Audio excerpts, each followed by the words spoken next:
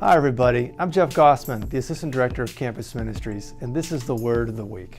Have you ever felt under pressure, under intense pressure, where it feels like everything is just crowding in on you and it's super intense?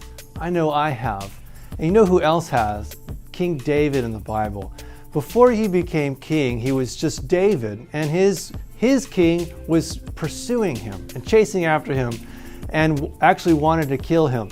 And during this time of intense pressure, David wrote a song. It's Psalm 57. I won't read the whole thing here, but he cries out to God. He says, "Have mercy on me, God, have mercy on me, for in you I take refuge. I will take refuge in the shadow of your wings until the disaster has passed."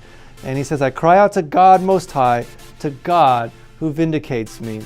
And I want to talk about a few other things in here, but first of all, I want to point out this was a time of serious pressure for David.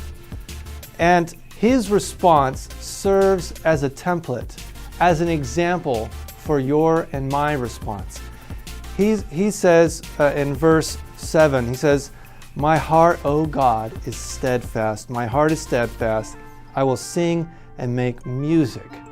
That was David's response to being persecuted by Saul. When he was chased around, he was falsely accused, he was under intense pressure, and his response was, "My heart is steadfast."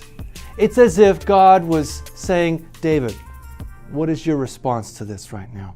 How are you going to handle this pressure?" I think David responded correctly. He said, this is going on around me, but my heart is steadfast. I am going to steadfastly trust in God. And then the rest of the psalm even demonstrates that trust even further. He starts praising. He says, "Be exalted, O God, above the heavens. Let your glory be over all the earth." Has that been your response to trial? When the pressure comes down on you, is your response, "My heart is steadfast, God. I will praise you. I will exalt you"?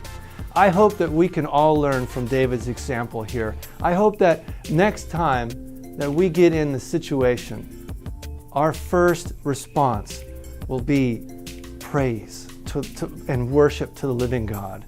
And I hope that we'll be able to say, "My heart is steadfast." That does not mean that all his problems disappeared immediately. It just means that in the midst of his trials, he decided that he was going to trust and praise and worship the God who vindicates him.